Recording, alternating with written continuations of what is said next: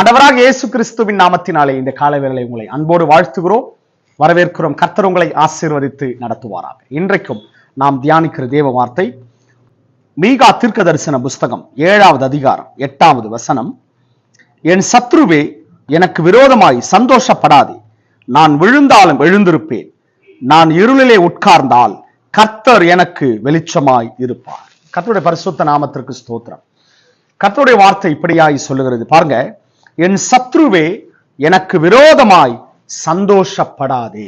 அல்லேலூயா. பாருங்க, நம்முடைய சத்ருவாகிய பிசாசானவன் நாம் விழுந்து போகும்படியாய், கவனிங்க, நாம் விழுந்து போகும்படியாய், நாம் எப்பொழுது கீழே விழுந்து போவோம், நம்முடைய பேர் எப்பொழுது அழிந்து போகும் என்று நம்முடைய சத்ருவாகிய பிசாசானவன் காத்து கொண்டிருக்கிறான்.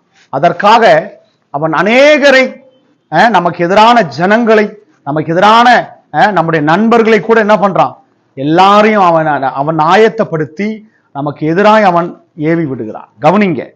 அப்ப என் சத்ருவே, எனக்கு விரோதமாய் சந்தோஷப்படாதே. காரணம் என்னவென்றால், கவனிங்க, நான் விழுந்தாலும் எழுந்திருப்பேன்.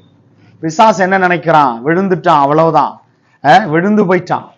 அநேகரை எழுப்பி நாம் விழுந்து போகும்படியாய் அவர்களை எத்தனம் செய்து நாம் எப்பொழுது விழுந்து போவோம், நம்முடைய பேர் எப்பொழுது அழிந்து போகும் என்று காத்து கொண்டிருக்கிற ஜனங்களுடைய கண்களுக்கு முன்பாகவே, கவனிங்க, எல்லாரும் நினைப்பாங்க, சத்ரு நினைக்கிறான் அவ்வளவுதான், விழுந்து போயிட்டான், முடிந்து போனது, எல்லாவற்றையும் முடிந்து போனது, எல்லாம் அவனுடைய பேர் அழிந்து போனது என்று நம்முடைய சத்ருவானவன் நினைத்து கொண்டிருக்கிறான். கவனிங்க, கர்த்தருடைய வார்த்தை, அருமையான தேவ பிள்ளைகளை, இந்த காலைவேளை கர்த்தருடைய வசனத்தை கேட்டுக்கொண்டிருக்கிற தேவ பிள்ளைகளை, கர்த்தருடைய வார்த்தை சொல்லுகிறது, நான் விழுந்தாலும் எழுந்திருப்பேன். எத்தனை பேர் ஆமென் சொல்றீங்க? அல்லேலூயா. அநேக நேரங்களிலே சத்ருவினுடைய பலவிதமான சதி மோசங்களிலே உண்மையாகவே ஏமாந்து அநேக நேரங்களில் கீழே விழுந்து போகும்படியான காரியங்களிலே நாம் சிக்கிக் கொள்ளுகிறோம். கவனிங்க, கர்த்தருடைய வார்த்தை சொல்லுகிறது, நீங்கள் விழுந்தாலும் கர்த்தர் உங்களை மறுபடியுமாய் தூக்கி நிறுத்துவார். அல்லேலூயா. ஆண்டவராகிய இயேசு கிறிஸ்துவின் இரத்தத்தினாலே கழுவப்பட்ட பிள்ளைகளை எந்த சேதமும் எந்த காரியங்களும் அணுகாது. காரணம், நான் விழுந்தாலும் எழுந்திருப்பேன். கவனிங்க, நான் இருளிலே உட்கார்ந்தால், பிசாசு என்ன பண்றான், நம்ம இருள்ல இருக்கணும். கவனிங்க, பிசாசுக்கு நம்ம என்ன ரொம்ப விருப்பம் தெரியுங்களா, நம்ம இருளான காரியத்துல இருக்கணும், இருள்ல உட்காரணும், அழுது கொண்டே இருக்கணும், எப்பொழுதும் துக்கத்தோடவே இருக்கணும், எப்பொழுதுமே ஒரு விதமான துன்பமோ பலவிதமான பிரச்சனைகளோடு நாம் இருக்கணும். இதுதான் பிசாசுக்கு ரொம்ப பிடிக்கும்.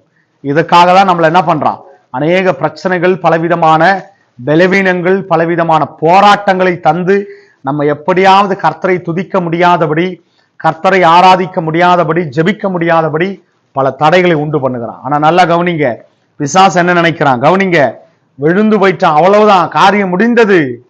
அருமையான தேவ பிள்ளைகளே, உங்களையும் என்னையும் அழைத்தவர் உண்மையுள்ளவர், ஒரு நாளும் அவர் நம்மை கைவிடுவதே இல்லை. ஆமென் சொல்லுவோமே. அல்லேலூயா. பாருங்க, நான் இருளிலே உட்கார்ந்தால், பிசாசு இப்ப நம்ம இருள உட்கார வைக்க அவன் ஆயத்தப்படுத்துறான். ஆனால் வானத்தையும் பூமியும் உண்டாக்கின சர்வ வல்லமையுள்ள தேவனாகிய கர்த்தர் உண்மையாகவே, கவனிங்க, கர்த்தர் எனக்கு வெளிச்சமாயிருப்பார். அல்லேலூயா. ஆதியிலே தேவனாகிய கர்த்தர் வெளிச்சம் உண்டாக கடவுது என்று சொன்ன மாத்திரத்திலே இந்த பூமியிலும் வானத்திலும் அண்ட சராசரங்களிலும் வெளிச்சம் உண்டானது. கவனிங்க, அவர் ஒரு வார்த்தை சொன்னா போதும், வெளிச்சம் உண்டாகும்.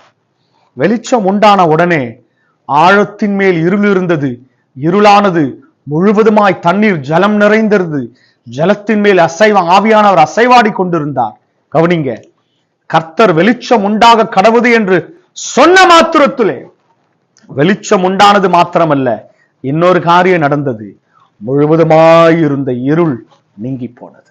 அல்லேலூயா.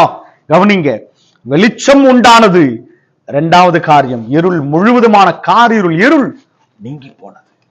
என்றைக்கு கர்த்தர் நம்முடைய வாழ்க்கையில வந்தாரோ, நம்முடைய வாழ்க்கையில காணப்பட்ட எல்லா இருளையும் அவர் நீக்கி போட்டார், அந்த வெளிச்சம் நீக்கி போட்டார். அப்ப கவனிங்க, பிசாசானவன் நம்ம இருளிலே இருக்க எத்தனைத்தாலும் கர்த்தருடைய வார்த்தை சொல்லுகிறது, கர்த்தர் என்னுடைய வெளிச்சமாய், கர்த்தர் எனக்கு வெளிச்சமாய் இருப்பார். எத்தனை பேர் வீட்டுல ஆமென்னு சொல்றீங்க? அல்லேலூயா.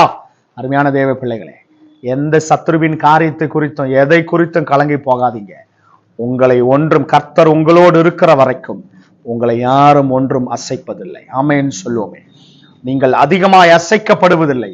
காரணம், கண்மலையின் மேல் அஸ்திபாரம் போடப்பட்டிருக்கிறபடியினால், அந்த கண்மலையாக கிறிஸ்துவின் மேல் நம்முடைய அஸ்திபாரம் இருக்கிறபடியினால் ஒன்றும் நம்மை அசைக்க முடியாது. எத்தனை பேர் விசுவாசிக்கிறீங்க? கர்த்தர் எனக்கு வெளிச்சமாய் இருப்பார், எந்த இருளின் காரியங்களும் என்னை ஒன்றும் அசைக்க முடியாது. ஆமென். விசுவாசிக்கிறீங்களா? நாம் ஜெபிப்போமா? என் வார்த்தைகளை விசுவாசித்து ஜெபிப்போம். தகப்பனே, அருமையான பிள்ளைகளுக்காக, சொல்லப்பட்ட வார்த்தைகளுக்காக ஜெபிக்கிறோம். ஏசப்பா, நான் இருளிலே உட்கார்ந்தான், கர்த்தர் எனக்கு வெளிச்சமாய் இருப்பார். என் சத்ருவே சந்தோஷப்படாதே, நான் விழுந்தாலும் எழுந்திருப்பேன். காரணம், என்னை அழைத்த கர்த்தர் அவர் உண்மை உள்ளவர், ஜீவன் உள்ளவர், சர்வ வல்லவர். அவர் ஒரு நாளும் எங்களை கைவிடுவதில்லை. அவர் ஒரு நாளும் என்னை கைவிடுவதில்லை. இருளிலே இருக்க உட்கார விடுவதில்லை. கர்த்தர் எனக்கு வெளிச்சமாய், எனக்கு பாதுகாப்பாய், என்னோட நித்திய அடைக்கலமாய், உயர்ந்த அடைக்கலமாய், கேடகமாய் அவர் எனக்காக துணை நிற்கிறார். தகப்பனே, இந்த வார்த்தை கேட்ட ஒவ்வொரு பிள்ளைகளுக்காக ஜெபிக்கிறோம்.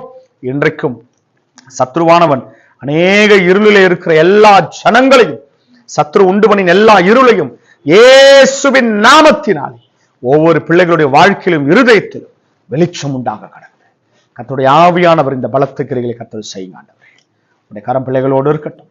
தொடர்ந்து அந்த வெளிச்சத்தில் நடக்க பிள்ளைகளுக்கு வேண்டிய பலனை தருவீரார். தொடர்ந்து ஆசீர்வதிங்க, தொடர்ந்து கனப்படுத்துங்க. இயேசுவின் நாமத்தில் பிதாவே, ஆமென். அருமையான தேவ பிள்ளைகளே, கர்த்தர் உங்களுக்கு வெளிச்சமாய் இருக்கிறார். ஆமென்.